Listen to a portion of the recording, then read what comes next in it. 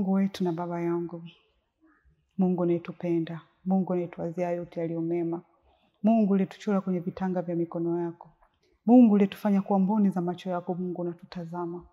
Asante kwa uwepo wako, maana tunatambua uko na sisi. Ulianza nasi tangu asubuhi, ukatuamsha salama, ukatupa pumzi ya uhai, ukaendelea kutujalia afya njema, uzima tulio nao. Mungu umetupa bure, pumzi tunaivuta bila malipo. Mungu, uso wako usipokwenda mbele yangu usinitoe kutoka hapa. Baba, tunaomba uso wako katuelekeze katika muda huu na masaa haya tutakokuwa mahali hapa. Tukuone Mungu ukitembea nasi na ukatenda nasi kwa kadiri nguvu itendayo kazi ndani yetu. Nimeomba kwa unyenyekevu mbele zako na kuamini. Amina. Karibu tena mpenzi mtazamaji. Na nimepokea meseji kutoka sehemu tofauti tofauti baada ya kufanya kipindi chetu kile na kusema kwamba baraka zinatoka kwa Baba. Kipindi chetu kilichopita nimejaribu kuelezea, nikawaeleza kwamba mara nyingi I was talking to the single mother, nikiwaambia kwamba baraka zinatoka kwa Baba. Watu wengi wamejaribu kuuliza, baraka ni kweli Baba mtu anayetoa baraka peke yake? Si pekee Baba anayetoa baraka, lakini biblically ushahidi wa kibiblia unatuonyesha tangu Ibrahim alipokuja Isaka, Yakobo, mitume, wanafunzi wa Yesu na watu wengine ambao tunaosoma kwenye Biblia, tunaona wengi sana wanapotaka kuuaga wanaita watoto zao wa Baba, wanawabariki. Ibrahim alikuwa na mke Sarai, mama yetu wa imani, lakini hatukuwahi kumuona popote Sarai akiita watoto wake njoni niwabariki. Atakuwa alibariki kama mama. Baraka kwa mama zipo tu asubuhi, mchana na jioni, kila wakati zinamwagika kama maji. Na ndio maana wa baba wangepewa nafasi, wangekuwa wanalaani tuseme, kama mama vile wanavyosema na kulani sisi nini. Na hisi dunia yote ingekuwa imejaa machizi kwa laana zinazotoka kwa baba. Ukiona baba amelani mtoto, yani huyo mtoto amefikia yani kiwango hapana. Na ndio maana hiyo nguvu haikuwekwa kwa mama. Mama tunatamka mambo mengi sana. Toka yeye jaribu kuangalia Januari tu Disemba, ni wachache sana wanaojua nguvu ya maneno, wanaoweza kujizuia kutokutamka maneno magumu kwa watoto. Lakini wamama wengi tunatamka vitu vingi sana. Lakini baba ni mara chache sana kuona anatamka maneno mengi. Baraka zimewekwa kwao nyingi sana za kutosha, na laana wanapotamka hilo neno wao alilivasi. Lakini haimaanishi mama kwake hakuna baraka, haimaanishi mama kwake hawezi kubariki, haimaanishi hatuwezi kupata baraka kwa mama, hapana.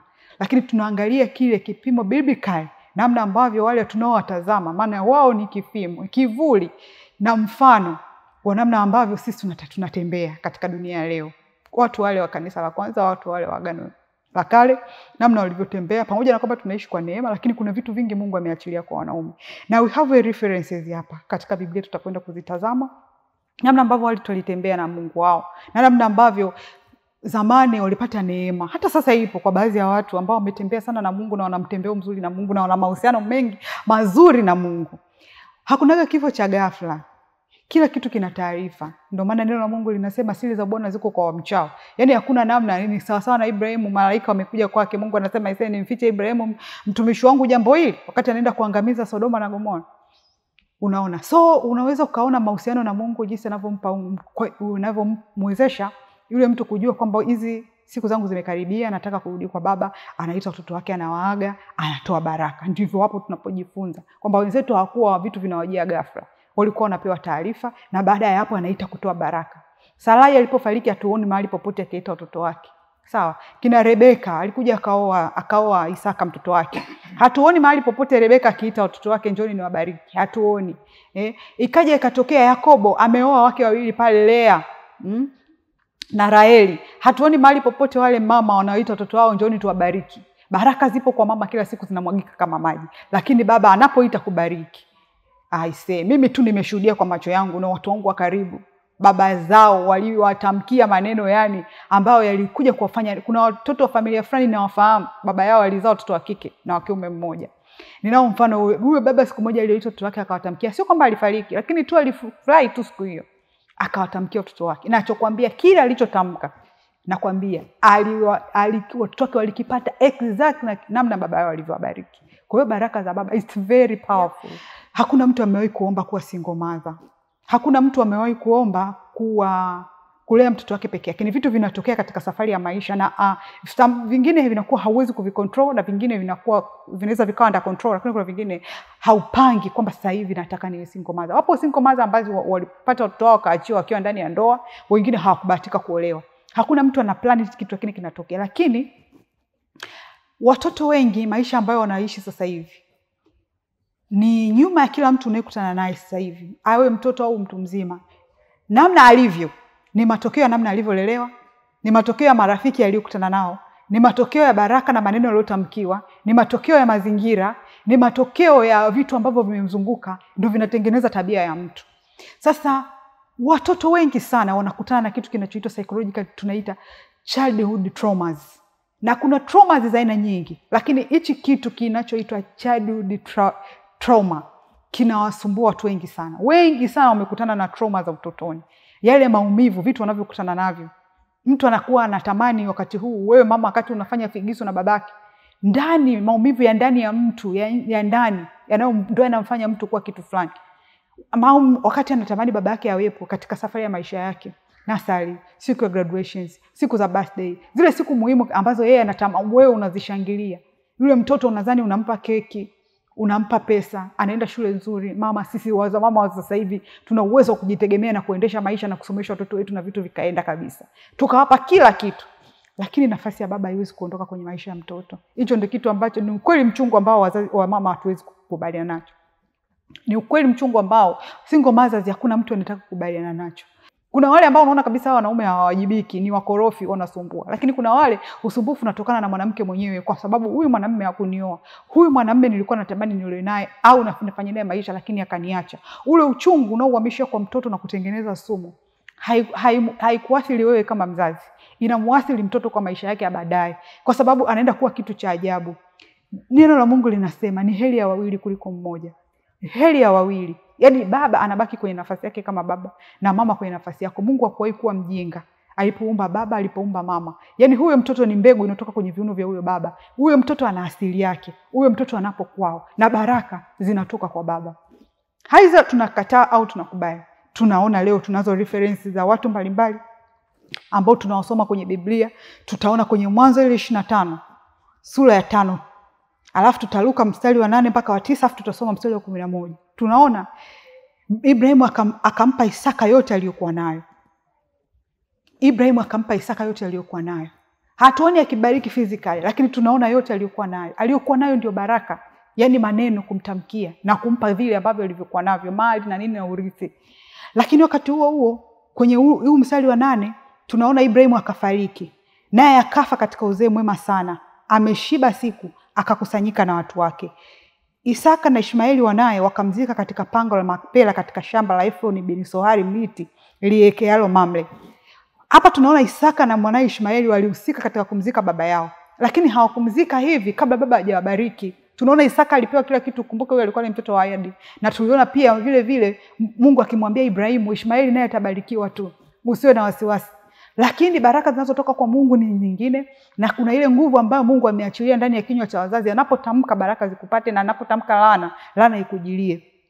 Kwa hiyo tunaona kabisa wamekusanyika kwa watu wake, amefariki na ameonyesha watoto wake hiki na hiki na hiki, kwamba asingeweza kusema akampa Isaka yote aliyokuwa nayo kama asingeona zile siku zake za kukaribia zinakufa, na kumbariki na kumpa ulisi kama akupewa ishara yoyote, wala kuona kwamba anakaribia kulala mauti. La tunapoangalia ule mstari wa 11 inasema, ikawa baada ya kufa kwake Ibrahimu, Mungu akambariki Isaka mwanae. Maana yake ni zile baraka zilizotamkiwa na baba yake zikamfuata Isaka. Tunaposema baraka inatoka kwa baba, tunaona reference kama hizi ni kuanzia kizazi na kizazi na kizazi. Hapa tunaanza na Ibrahimu.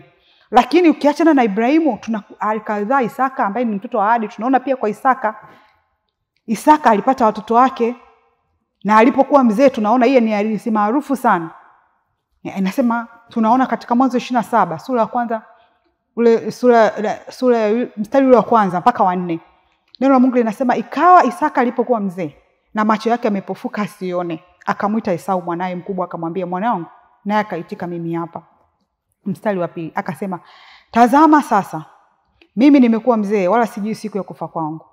Basi nakuomba, chukua mata yako, podo lako na upinde wako, ukaende nyikani ukaniwindie mawindo. mstari wa 4. Ukanifanyia chakula kitamu namna ile niipendayo, ukaniletea ili nile, na roho yangu ikubariki kabla sijafa. Unaona? Huyu alikuwa na mke wake Isaka, Rebeka, wote tunamfahamu. Lakini hatuoni mahali Rebeka akisema, sana tu Rebeka alifanya hila za kubadilisha kwenda kutoa kile ambacho Esau alitakiwa kubadilisha kupewa na baba yake kama baraka, kikaja kwa Yakobo. Kwa nini mama yeye asimuite mtoto wake pembeni akamwambia basi hizo baraka za babako njoo nikubariki mimi? Kwa hiyo kwenye viuno vya baba mbegu inakoanzia na ndiko baraka zinakotokea. Mtu wa Mungu. Huyu ni Isaka, tunaona habari zake. Lakini huyu yule mwanae Yakobo aliyepokea baraka, na tutaona huko mbele Yakobo anabarikiwa mpaka anapoenda kwa Labani na kila atakapokanyaga. Yakobo anamwambia anapotoka kwa Labani anasema, niliingia hapa, nilivuka hapa na fimbo tu, lakini leo narudi na utajiri mkubwa namna hii. Ni baraka kutoka katika kinywa cha baba yake. Tusiwakoseshe watoto baraka. Lakini kuna hii Mwanzo 49 tunaona Yakobo sasa alipokaribia kutaka kurudi kwa baba Mungu amtwae.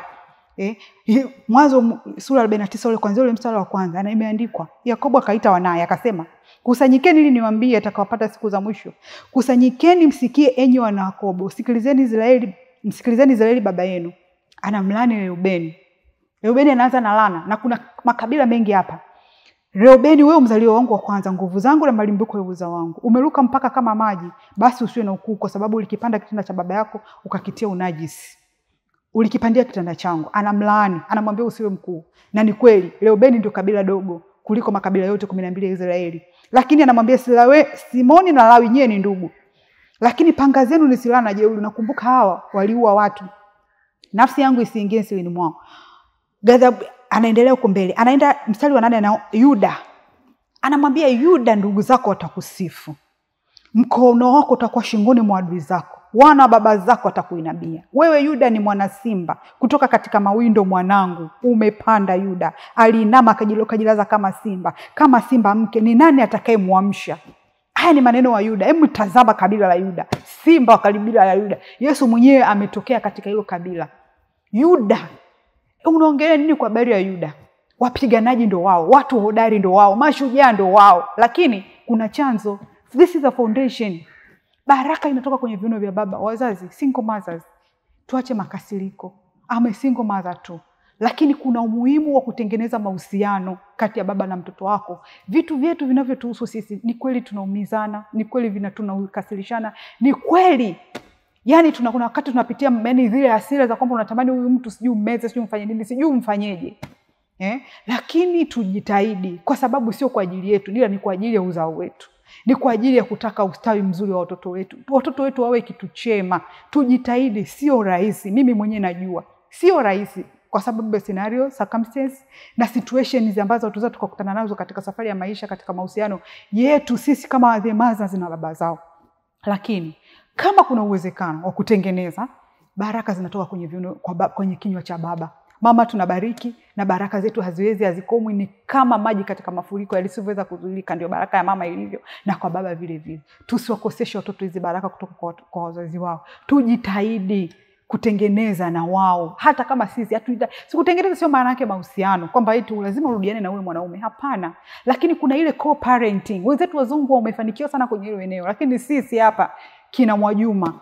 Yaani hicho ni kipengele kigumu sana kumuelewesha mtu kwamba pamoja na kwamba haupo naye kwenye mahusiano, lakini mnaweza mkafanya co-parenting na mambo yakaenda, mkatengeneza ustawi bora wa watoto wenu.